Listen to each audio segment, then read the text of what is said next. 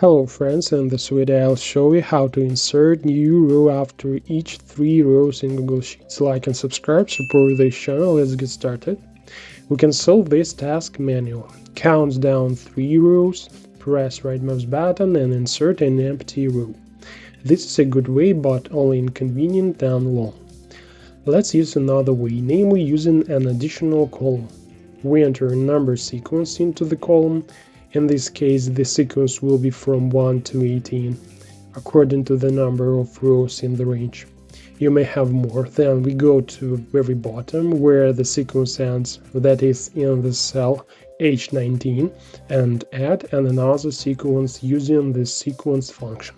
The first argument number of rows is 18 divided by 3. Second number of columns, it's 1. Third argument, which number to start with the sequence, from 3. And the fourth argument is what step the sequence will be, also 3. If you need an empty row every 4 or 5 rows, then the number 3 in the formula is changed accordingly by 4, 5 and so on. The sequence has been added, press Ctrl+A and select the entire range.